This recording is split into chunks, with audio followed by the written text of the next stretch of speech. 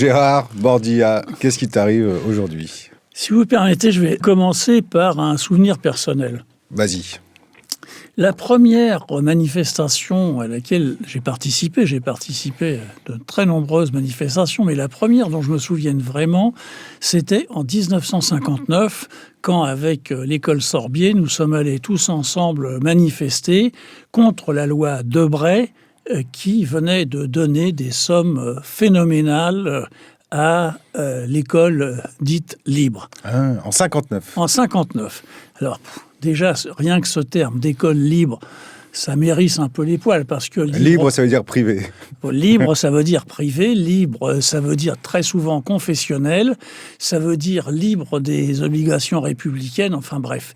Et je l'associe toujours à une autre expression qui fait toujours aussi le bonheur de la droite, qui est l'égalité des chances. Ah oui. Alors, l'égalité, je vois bien ce que ça peut désigner, mais les chances de quoi?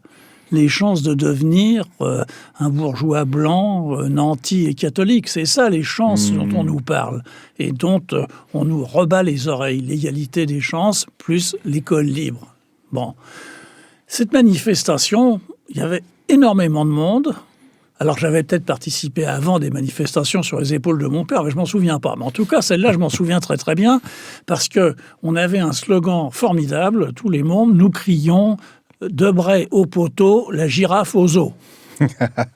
C'était quoi la girafe? C'était De Gaulle. Ah. Et puis, on a vu un petit bonhomme de loin qui faisait un discours, qui était Jacques Duclos. Bref, on n'a pas très bien su ce qu'il disait, mais enfin, ça m'a marqué. C'est resté gravé en moi, cette première sortie collective pour manifester contre l'école privée. C'était enfoui dans ma mémoire, et je vois ressurgir, soudain, des comptes qui montrent à l'évidence qu'on dépense chaque année 12 milliards d'euros pour l'école privée.